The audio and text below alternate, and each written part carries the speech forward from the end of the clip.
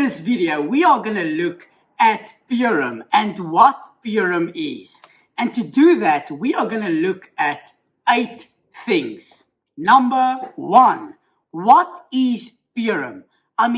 What does the name Purim actually mean? Number 2, where can the story of Purim be found in the Bible? Number 3, a brief summary of the story of Purim. Number 4, the Fast of Esther. Where does this fast come from and why do we fast the day before Purim? Number 5, what are we commanded to do on the festival of Purim? And there is 4 things that every observant Jew must do on Purim. Number 6, some additional things that we add in our prayers for the Purim festival. Number 7, what is with all this drinking on Purim? And are we obligated to get totally smashed on Purim? And number 8, giving the half shekel, which in these days are actually 3.5 shekels. And why is that so?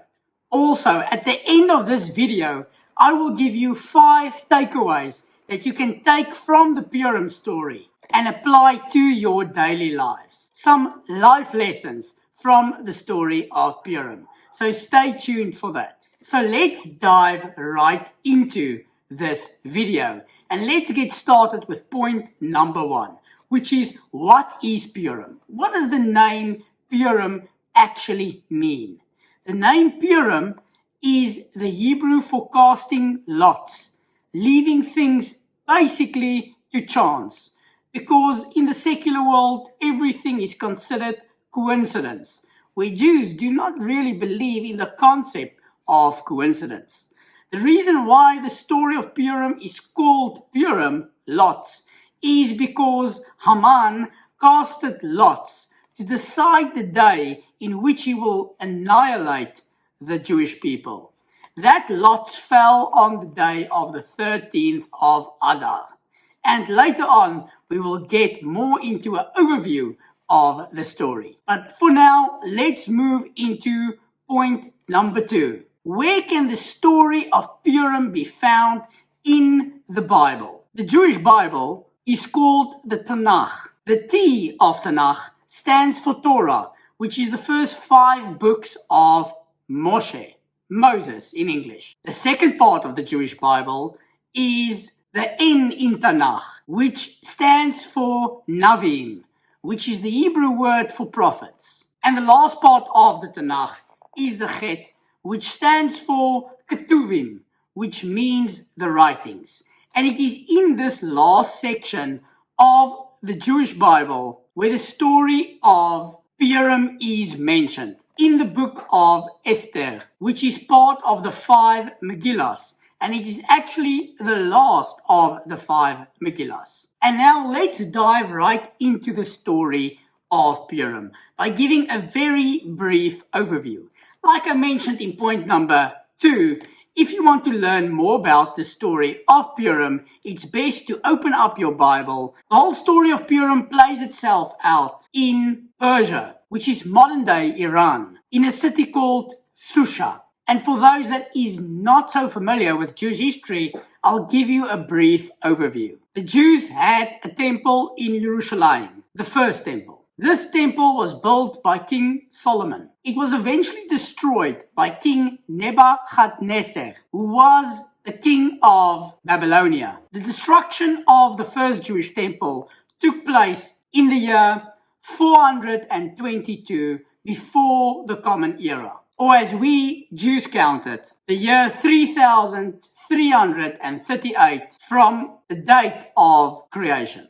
After the destruction of the first temple, the Jews were exiled to Babylonia. King Darius I, with the aid of Cyrus, who would later become king of Persia, attacked the Babylonian Empire and eventually defeated the Babylonian Empire, and the Babylonians ceased to exist. And thus, the place where the Jews were exiled, Babylon, was now in control of the Persian Empire. And King Cyrus, the king of Persia at the time, actually decreed that all the people that the Babylonians captured could return to their homelands. And the Jews were amongst those people. Unfortunately for the Jews, the Samaritans that was still left in Israel, in Jerusalem, said that if the Jews are allowed to rebuild the temple, that they will rebel and rise up against Persia. So King Cyrus cancelled his decree or put it on hold, and thus the Jews were not allowed to return to Israel, to Jerusalem, and rebuild their temple. And it is in this period where the Purim story takes place. In this 18 years before the second temple would eventually be rebuilt, a new king arose, King Ahasuerus, who was then the king of Persia. King Ahasuerus believed in a prophecy of Jeremiah that if the Jews will not return to Israel, Jerusalem, and rebuild the temple in 70 years, then it will basically be over for the Jews. Now, what King Ahasuerus did is he miscalculated, because the prophecy of Jeremiah actually started from the date of destruction of the first temple. And King Ahasuerus calculated the time from when the siege on Jerusalem began. But what he did to celebrate this destruction of the Jews, that they will not be able to return to their homeland and rebuild their temple, because the prophecy of Jeremiah turned out, according to his miscalculation, not to be true, he held a party. And who did he invite? The Jews. And the Jews attended this party. At this party, there was wine and lots of food, which will become important later on. He summoned his queen, Vashti, and asked her to appear at this party wearing absolutely nothing except her crown. Queen Vashti, who was obviously more modest than most secular women today, refused this request. Now, King Ahasuerus couldn't be seen to be taking orders from his wife and just accepting the fact that she did not come to his party wearing nothing except her crown. He thus banished Queen Vashti and immediately started the process of acquiring a new queen. Now, in those days, this was pretty easy. He rounded up all the good-looking girls, made a beauty pageant, and then decided who would be his next queen. Now, one of the girls that was rounded up in this beauty pageant was Hadassah. And Hadassah's name later became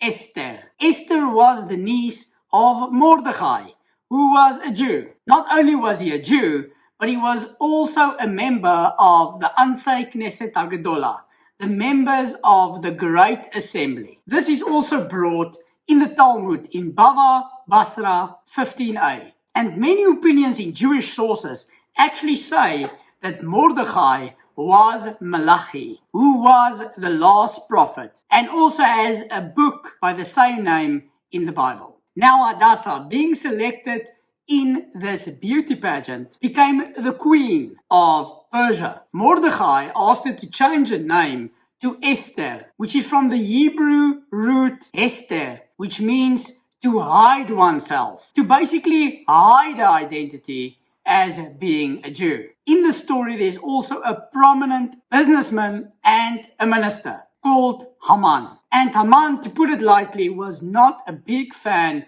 of the Jews.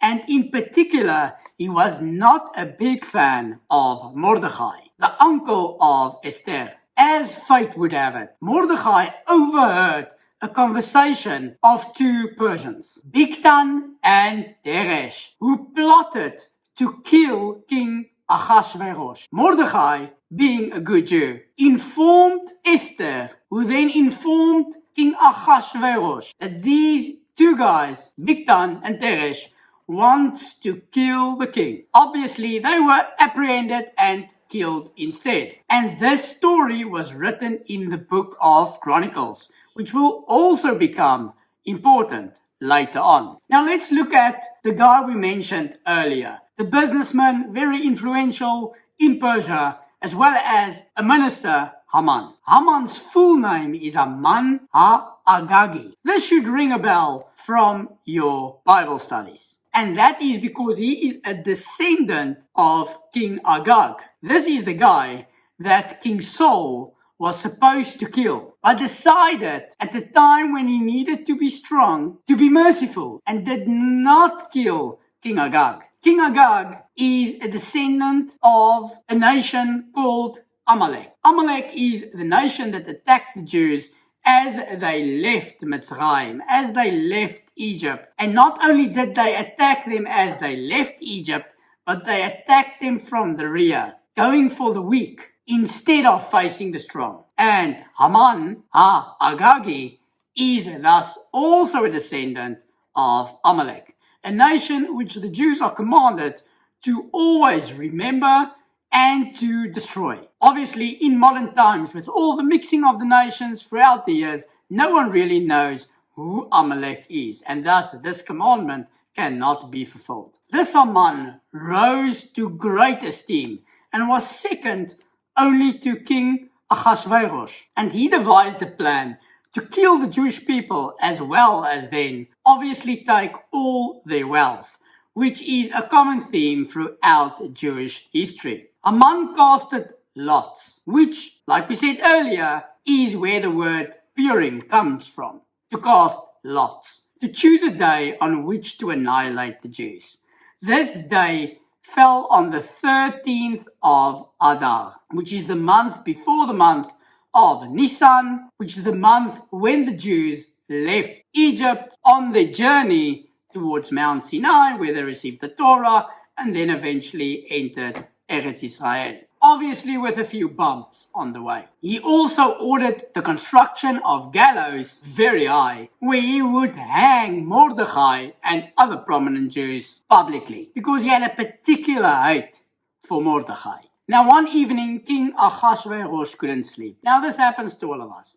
What did he do? He went and got his book of Chronicles. Why? Because it's probably one of the most boring books to read. And perhaps he was aware of the fact that reading induces sleep. When he opened up the book of Chronicles, he, by chance, happened to open at the page where it tells the story of a Jew, Mordechai, that informed Esther, that informed King Ahasuerus about the plot to murder him. He then thought, how did we reward this Jew for basically saving his life? And it was told to him that he never actually rewarded this Jew that saved his life. At that moment, Haman walks in the door, and the king asks, how can I show honor to a man that deserves honor? Haman, being a very proud person, obviously thought the king is talking about him, and he gave him a whole explanation of what should be done. King Ahasuerus then told Haman that he should do everything that is just said, which he thought was for himself, for Mordechai the Jew. And this is basically where the whole story takes a turn, and basically everything that Haman wanted to do to the Jews did to Haman, his 10 sons, and the people that was on their way to kill them all. Another very interesting fact about the story is that the name of God never appears in the entire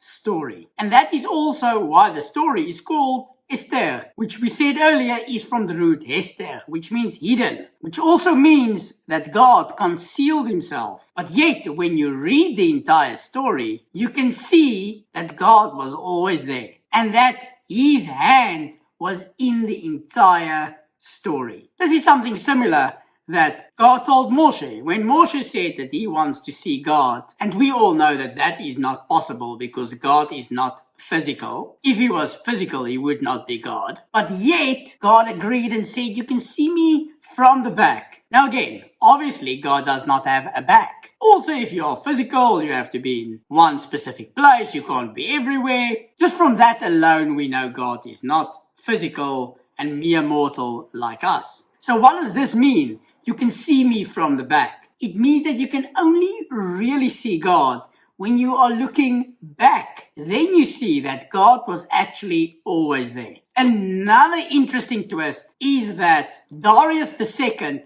took over from King Ahasuerus.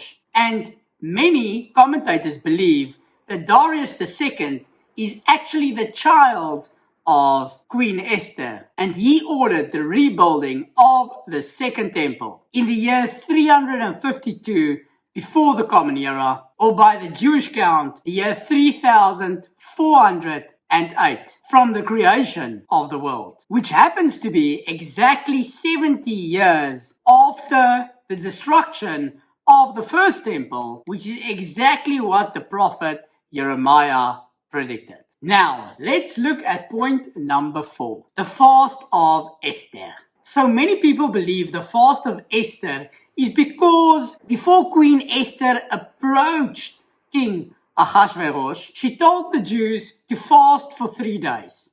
Because in those times, even if you are the queen, you couldn't just approach the king. And if you do just approach the king and he doesn't show you his golden scepter, then the punishment is death. So she instructed the Jewish people to fast for 3 days, which they did. But this has actually nothing to do with the Fast of Esther. The Fast of Esther actually has to do with the day that we observe the fast, which is the 13th of Adar. And this is actually a custom that the Jewish people observed, that before they would go to battle, they would fast. The reason being that if they fast, their sins would be forgiven. Thus, they would have more merits to be victorious in the battle. And that is where the Fast of Esther comes from. This is also why it is the most lenient fast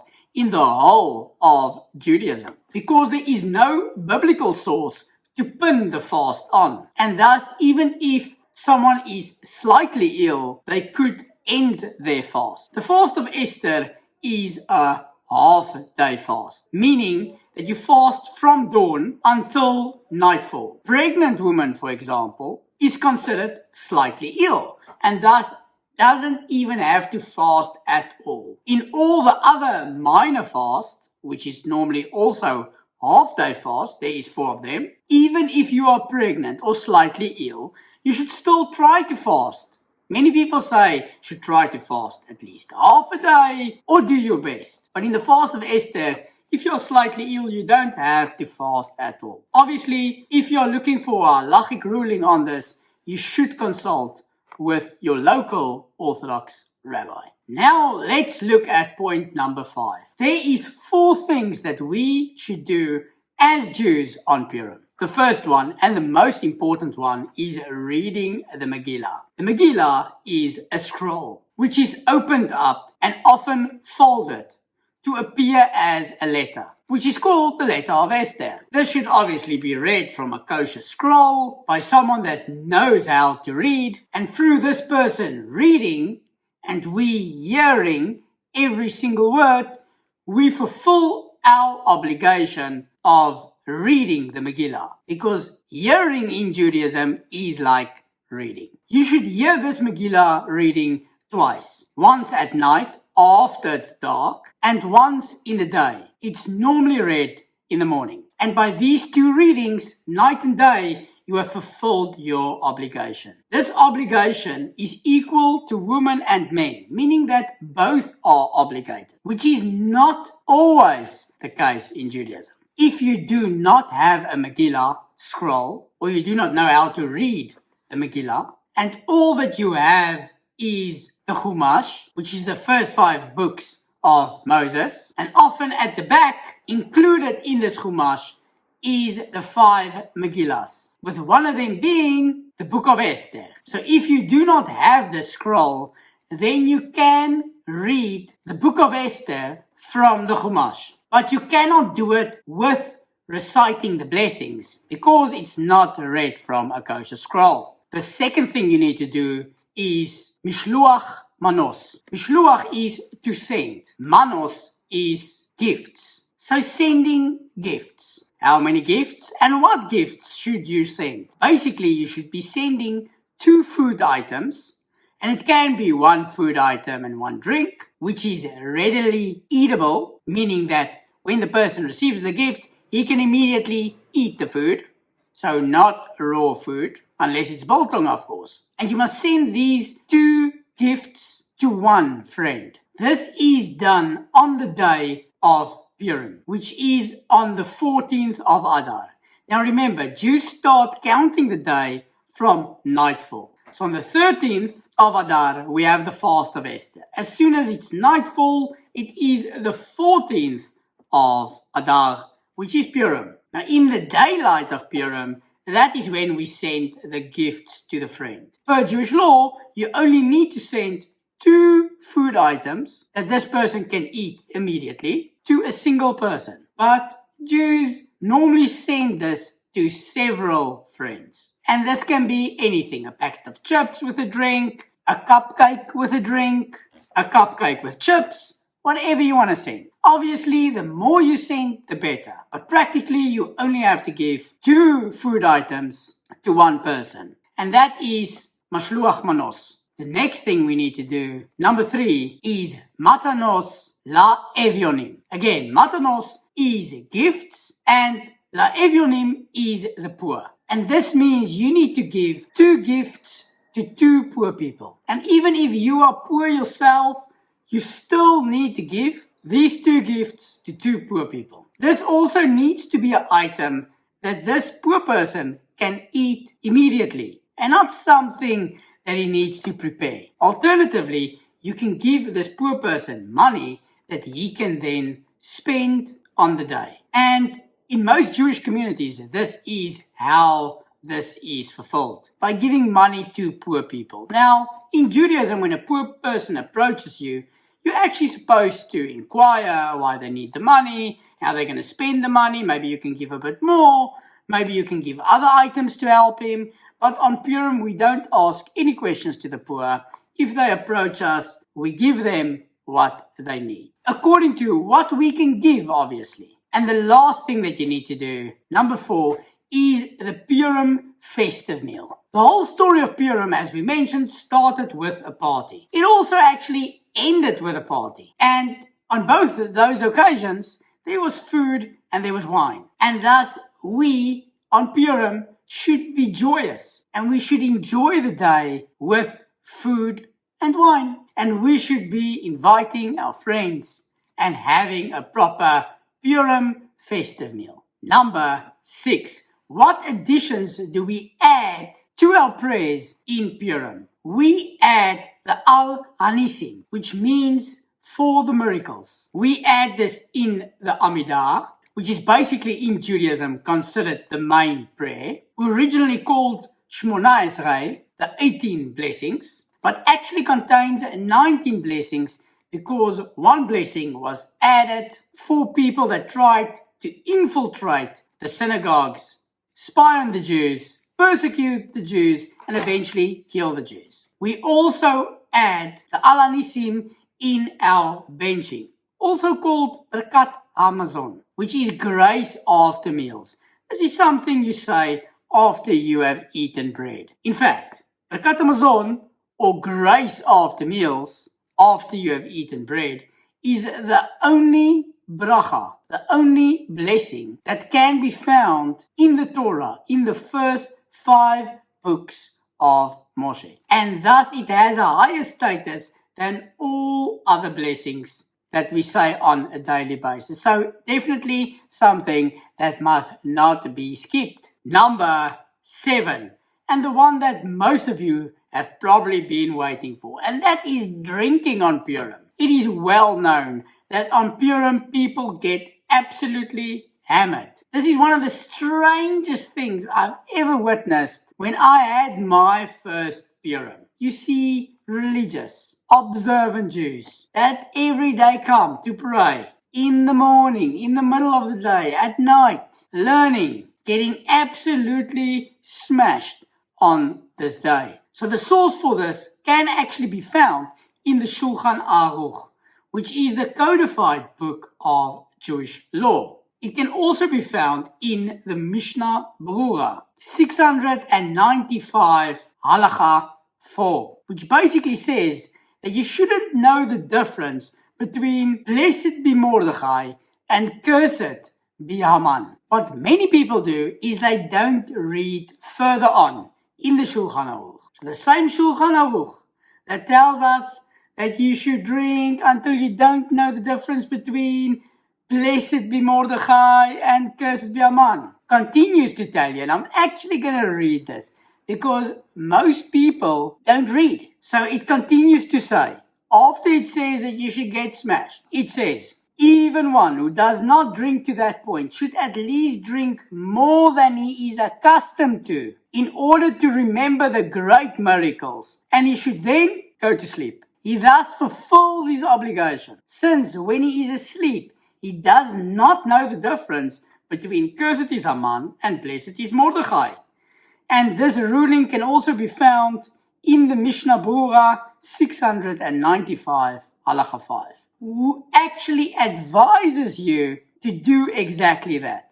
To drink a little bit more than you are accustomed to, and then immediately go to sleep. Not only that, the Shulchan Aruch continues, and it says the following. However, one who is weak by nature, and likewise one who knows about himself that by drinking wine he will be lax with any mitzvah, chas v'shalom, God forbid, or with any blessing or prayer, or that through the drinking he will come, God forbid, to frivolity, it is better for him not to become intoxicated. And this is the ruling from the Shulchan Aruch, the codified book of Jewish law, with a note from the Mishnah Berurah, which is the most accepted halachic source in the Ashkenazi world, telling you that this is in fact a better practice. And the last thing on our menu, number 8, giving half a coin, or half a shekel, or half a dollar,